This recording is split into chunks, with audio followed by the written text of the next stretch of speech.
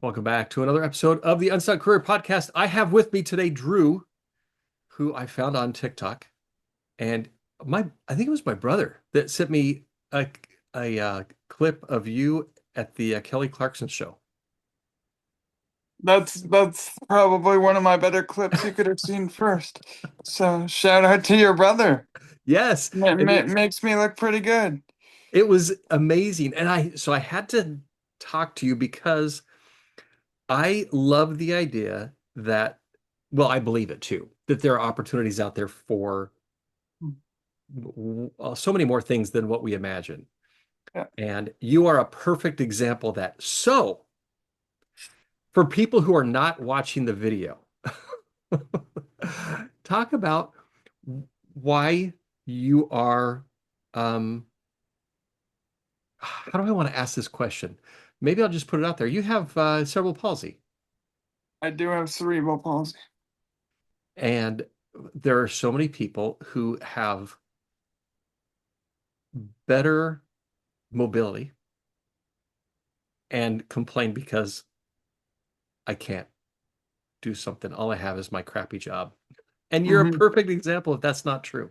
hmm So how long have you been, you're in the hot sauce business. I am in the hot sauce business. How'd that happen? I started about 4 years ago from a school project that I got a bad grade on. My teacher at the time, for whatever reason, thought I wasn't going to be able to do it, so launched it to prove him wrong. And fast forward to today, we now stacked have sold hundreds of thousands of bottles, all while supporting people with disabilities, thanks to my foundation, the Limitless Foundation. I love it. And I bought some of your hot sauce because you just recently pivoted to stacked, right? Yep. So we pivoted. Most people absolutely love it and understand it. There's a small percentage of people that that think whatever about the owner. But really, when I started, it was called crippling at first. When I started it, my whole goal was to support as many people with disabilities as possible. Uh-huh. Um, and as I as you know, you start building a company. When I started, I was 16. You learn more. You kind of develop into more of well-minded, like business. I guess you would say like a business mind. And I always, you know, crippling encompassed my humor perfectly. Mm. But still there in a lot of my friends. However, when you are competing against, you know, when you're trying to compete against the big guys, Hmm. you have to open yourself up to the broader market. Crippling to a lot of some people with disabilities and some big corporations, that was seen as a risk and taboo. Not only that, crippling on like the retail front, people were thinking it meant spicy, but really we're a flavor company. Hmm. And it kind of got misconstrued in that the name was always supposed to make fun of myself. Uh-huh. And as I got older, I'm like, wait a minute, why can't I just, branch off, have Crippling Drew as my personality, same funny videos, same advertisement, but then create a standalone brand stacked that Hmm. is more scalable and not just a gimmick product with a gimmick name. Because I started it as a joke, Hmm. but it became not a joke. Yeah. So we spent a year, I spent 6 months just thinking about what name should I do? What name encompasses, what I'm all about? Because when you have a great name like Crippling, you can't just rebrand to Drew's. It's got Right. to be some other grant. So I came up with Stacked because my whole life, my odds, me and the disabled community have had the odds stacked against us. Whether Mm. it be born 8 weeks early at SeaWorld where my mom's water broke, Oh, um, wow. in San Diego, or being the first disabled person in my school district to be in general ed classes, or working my way up to one of the top adaptive power soccer teams in the country, or being the first person in a wheelchair to take college classes as a high schooler. I've always spent proving myself. So I thought that natural pivot of, stacked Mm. for underdogs who have always had the odds stacked against them was perfect. But also the symmetry there between stacked with flavor, because that's what we're about. Yeah. We've never been about heat. We're always been about flavor. And our new tagline is when the odds are stacked against you, stack the odds in your flavor. Oh, I And love it. so I think that encompasses me to a T. Is it as funny? No. But does this encompass the overall store essence of my story more and as we grow? Yes, it Yeah. does. And I would say like there's a small 1% of people that, you know, obviously ticked opinions don't really matter because the people that have opinions half the time, most of the time, are qualified to give said opinion. But that's just an opinion. But I told them, I'm like, I've always said I'm chasing after my dreams, and I'm gonna continue to do that no matter what people think. I think people make too many decisions off of what a small percentage of people will think, and not rooted in when I started this, what was my original goal, and what do I need to ascend to that goal and past that goal? And that's something I'm always blessed that I've had a great support system that I've always kept me grounded. Drew, what's your goal? It Yeah. it was never to just haha funny name. That's a funny product. I'm gonna give my son that as a gag gift. It was to support as many people in the disabled community as possible, and that's what Stacked allows us to do. So you've been doing this for 4 years? 4 years started when I was 16. Now I am 20. Nice. And what what have you found was easier than you thought, than you assumed? And I just lost you. What have you found this bit that was easier than you assumed it would be? And well, let me start with that, and then we'll go to the other side of that. I think the number one thing that's easiest and something so that the truth is the opposite of what people think about social media. What has been the easiest for me, I am not selling a product. Mm, I am being myself. And so that's what people like really need to get in. I'm not changing for anybody. uh-huh. I have an overarching mission that I am going after, and I changed to go after that mission. But I'm not changing for anybody. I'm just being myself, being the Joker I've always been. And I've always said like people always try to change your personality to get other people to like them.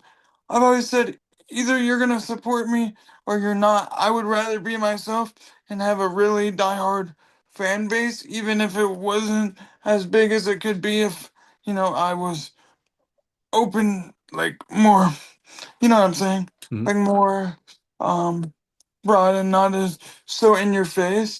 But I know I can't do um as much like physically as a lot of people. But I've always said what evens the playing field for me is the ability to be authentically myself. Mhm. Because my whole life, I growing up, not so much like when I was little, I Mhm. always thought I had to change to fit in. Right. But then I really thought I'm like, you know, eventually I'm gonna get tired of changing for other people. Yeah. Why don't I just be myself? And whoever attaches to that will be me, like be there for me. I Right. don't, you don't like the number one thing, and I'm super blessed. I've always had a supportive family. Hmm. So I got to the point I'm like, I have my family. I don't need anything else. I'm not changing for anybody. I'm just gonna be myself, and if all I have is my family at the end of that, I have Hmm. one hell of a family. So that's Yeah. not something bad at all.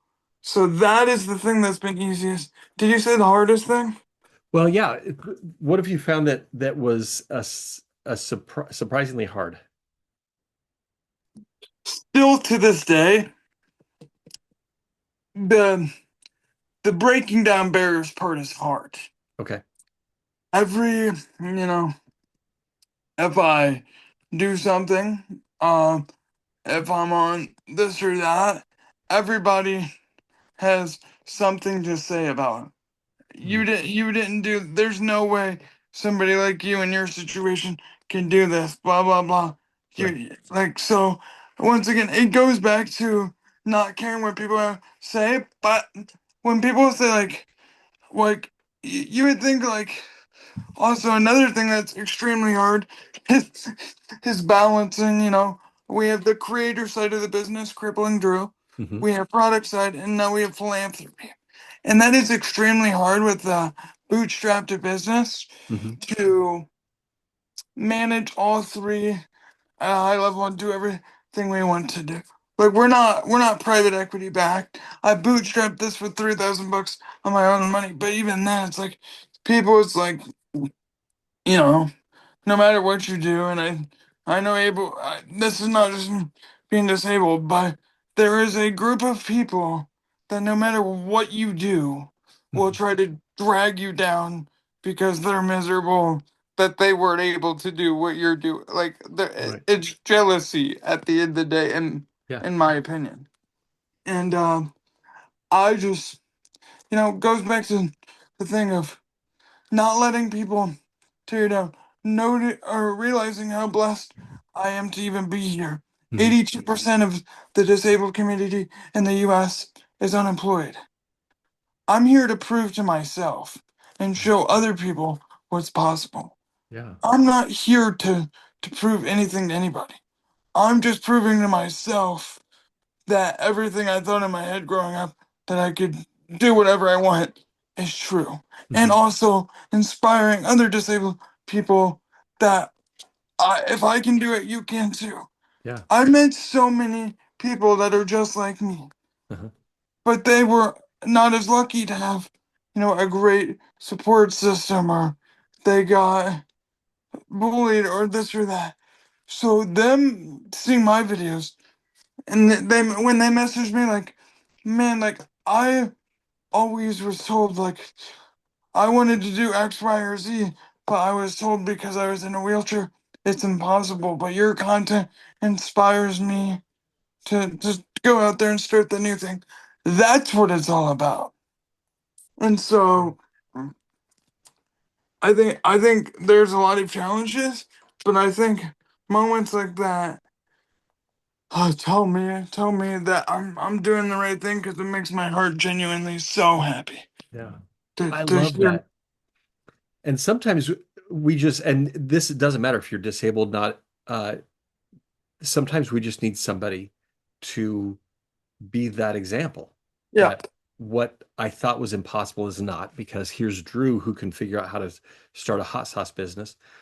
And so I, as a person who I love hot sauce too, we may have to talk hot sauce, but I think that is gives you a level of um, being inspiring that can't you may not be able to find anywhere else.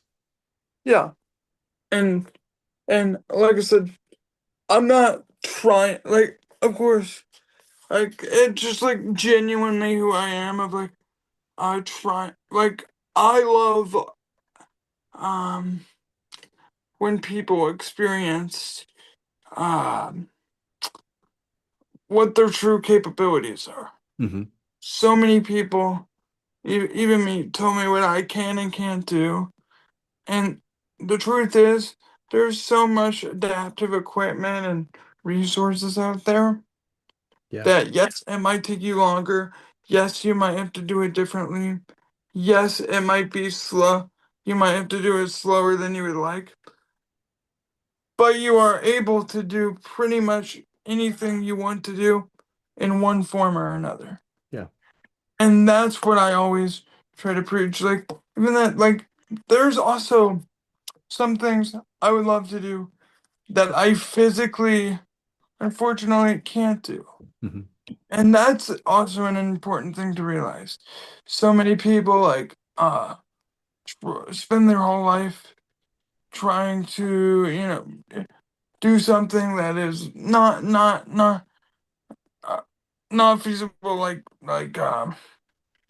because they're so embarrassed that they're in a wheelchair or XYZ. That, like, I just spend my time doing things that I know I can do, or adapt it in a way that I could do it, and don't Hmm. focus on the things I can't do.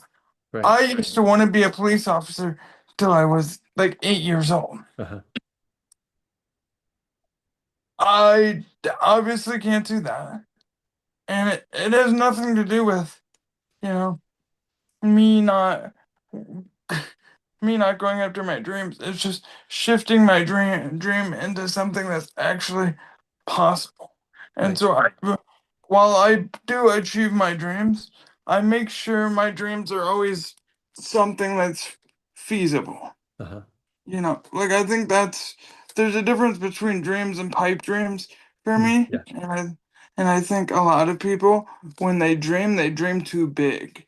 Okay. And that's why it hurts people's people's confidence.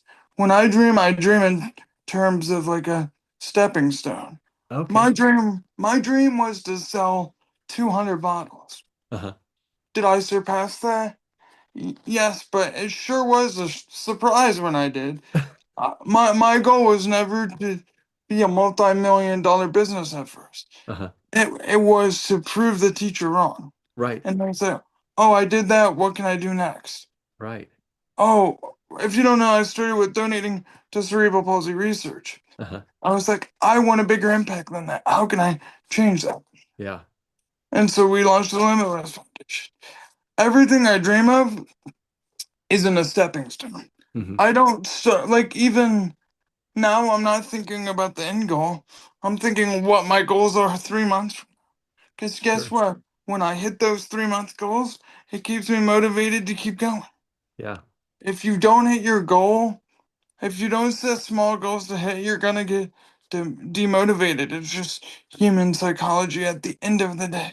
Yeah. So it's that dopamine of setting small goals and hitting them that really keeps me going.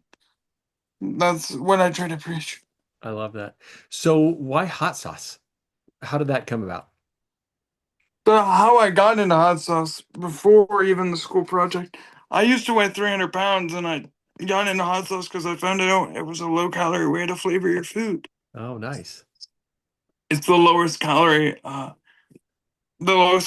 on the market, and over COVID, I ended up losing 150 pounds, Oh, and wow. that's how I got into hot sauce. Did you Uh, make your own or did you just find sauces that you really liked and use that for flavor? Originally, I found sauces I liked, but the problem is, being from a small town in Missouri, the only options are your big corporate options, Mm. and I'm like, they all taste the same, and I'm like, well, and then when I launched, I had the school project Hmm. because hot sauce was in my mind because I just had it for lunch, the period prior, and the the project was due in 3 days. I'm like, hmm, what am I gonna do? I look down, I look at myself, I'm like, I like making fun of myself, and I like hot sauce, Uh-huh. and so that's how it all came about. Original, I, um, my original, like, I was like, I want to rewrite people's perspective around the disabled community and like show what is possible and show, you know, that anybody could do anything they put their mind to. And um fast forward to today, over 10,000 5-star reviews, um giving out 2 grants thanks to the Limitless Foundation next month. Uh, sharing my story on Good Morning America March 20th. I've been so blessed and excited to see where the journey takes me. I love that. And so what's your favorite pepper? Because you've got jalapeno, you've got some what are you've got I know you've got a bacon flavor. What's your Yeah. favorite flavor? My favorite flavor is our spicy bacon. I Okay. came up with it because when I lost the weight, I was like, I loved bacon, and I had to obviously cut out bacon because it's high calorie. And then every single bacon flavored thing I tasted like garbage, like dog food. Right. So I took matters into my own hands to create the best bacon sauce on the market.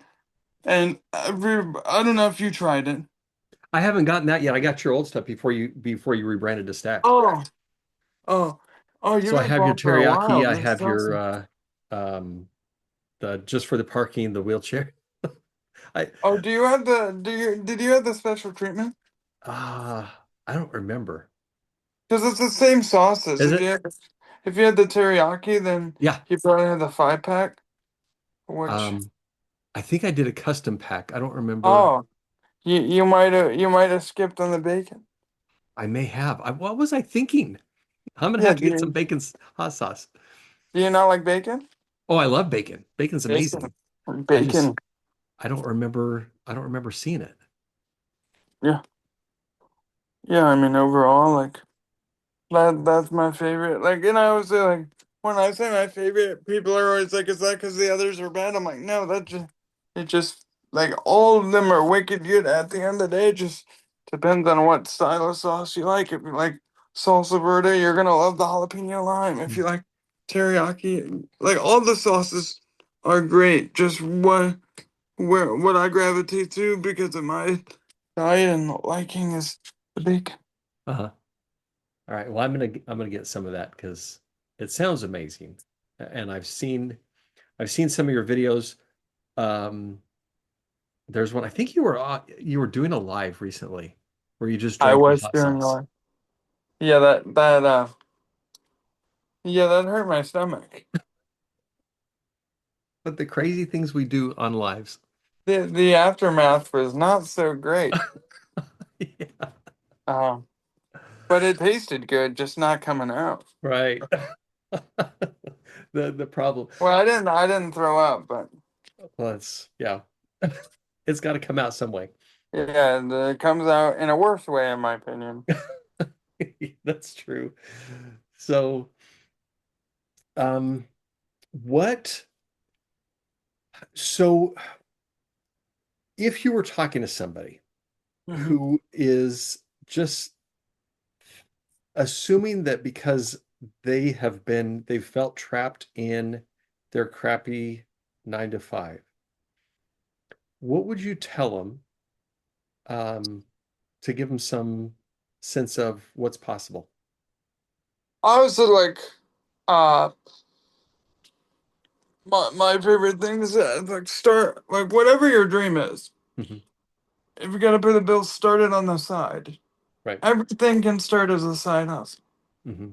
I think a lot of people have this all or nothing mentality, and it doesn't have to be that way. I think, or if you wanted to, save up and really go full time into something, I think the number one thing that people say is entrepreneurship is risky. But at the end of the day, so is a 9 to 5. Right. Just like entrepreneurship is risky, just because you work for a company, that is also risky for somebody. Right. Just because you're not at the top of the food chain doesn't mean where you're working isn't like at risk. Right. And so, just like you could fail at entrepreneurship, you could get laid off at your job tomorrow. 100%. And guess what? You're still going to have the same dream of starting that thing. Hmm. However, if you start your thing on the side or decide to jump into it full time and it works out, then you get to do your dream full time. Yeah. If it doesn't, guess what? That job, the 9 to 5 is still going to be waiting for you. Hmm. Yeah. And that is my number one thing. And I think my big thing is whether you're take risk when you're young, Hmm. especially out of college, when you don't have kids, when you don't have real responsibilities. Yeah. That's when you take risks. Uh, that's when you take your bigger risk. Hmm. I understand the difficulty if you're 50 and you've been in like and you're worried about retirement and your kids this and that. That makes sense, but that's when you say, okay, let me start this thing on the side and see if it really is feasible. Yeah. Because as much as this is where the entrepreneurship mind comes in. Yes, 40-hour a week job. How like if you really break it down though, if you wanted to do something, once you get home, depending on your responsibilities, there's a lot of time. Yeah. So you could technically, if you loved what you're doing, do 40 and then do 40. Hmm. Trust me, if you really love what you're doing, working another 40 won't be miserable like your 9 to 5 is. Right. Because if you're doing something that's entrepreneurial and you started it, you should be doing it for the love of the game, not the, to get rich quick. Right. I think Instagram and TikTok and all this stuff just painted entrepreneurship in the wrong way. It's not about fancy cars and yachts. So few people get to that level. Right. But what it is about is being able to do what you want to do. Uh-huh. It's not going to be easy. Most of the time, you can't even set your own hours, depending on what you do. Right. But at least you choose what you're doing and you get to go out there and do it. Yeah. That's what I like about entrepreneurship. I still have never taken a dime from the business. Okay. Well, what I do love about it is our mission. Yeah. If I can inspire one person a day to Uh-huh. go after their dreams, that's what it's all about. Yeah. And that is, like you said, when one of the things that I hear from a lot of people is that they feel stress in in their job. And there's a difference when it's stress that you've chosen, when you've started a side hustle, you started a business, and the dynamics that you have to navigate. Yeah, it can be stressful, but it's your stress. It's Mm. stress that you chose, that you decided that you wanted to navigate. Yeah, it's definitely stressful, but uh, like it's a path I chose. I chose the business. I Mhm. chose the mission, Yeah, and that's just where like uh, you're right. It's different. You're not dealing with somebody else's stress for somebody else's idea. You're yeah. dealing with stress from your idea. And then when you have that goal, that vision for, in your case, um, helping people with disabilities, helping them, first of all, contributing to causes, but your own cause, but also being an example that Mhm. that it makes it worth it. Yeah, and then I always suggest, besides just money, for somebody to have a greater mission in what they're doing. Yeah, Because with entrepreneurship, it might take a long time for you to see any financial return Hmm. in your pocket. But if you have a greater mission, like for me, the financial return took a back seat compared to how many lives were changing, Yeah, how many people's perspective were flipping. right. That is so much greater than any financial gain to me, because you know what that means? That means that a group of people a decade from now are going to have a better, are the next generation are going to have a better upbringing or a better chance than I did, Hmm. and more accepting because of what we're doing. I love it. That's what it's all about. If we can inspire, even inspiring kids in high school, Yeah. like imagine inspiring them, and then when they become parents, they're like, dude, like when I was growing up, I saw this guy on social media, and like he was disabled, and like he did this, so you could do whatever you put your mind to. Or even our first ever fundraiser for the Limitless Foundation was put on by a group of high schoolers, a pickleball tournament, and they themselves raised $20,000 Wow. for people with disabilities. That's amazing. And they told me, Drew, a year ago we never would have thought about doing this. Hmm. But like when we had this school project, and they're like, you have to come up with an idea. I was like, what better thing to do than this? Yeah. And so the fact that the next generation, of a lot of the next generation of people, some of them, because of my content, are thinking philanthropy first. That is huge. Yeah. So many people are about me, me, me, me, me. But I think uh, the the message there is, you know, it. Trust me, it makes you feel good, making other people feel good. I love it. Well, it's been an absolute blast chatting with you, getting to know you, your mission. If people want to support you, if they want to get some amazing hot sauces, what's the best way for them to connect with you? Stacksauces.com for hot sauce, the limitlessfoundation.org for the foundation, and Crippling Drew across social media platforms to follow my journey.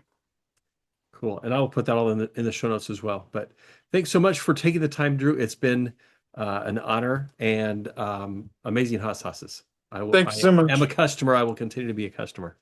Thank you so much. I appreciate the kind words. It means the world to me. All right. And everybody else, thanks for listening. We will see you next week.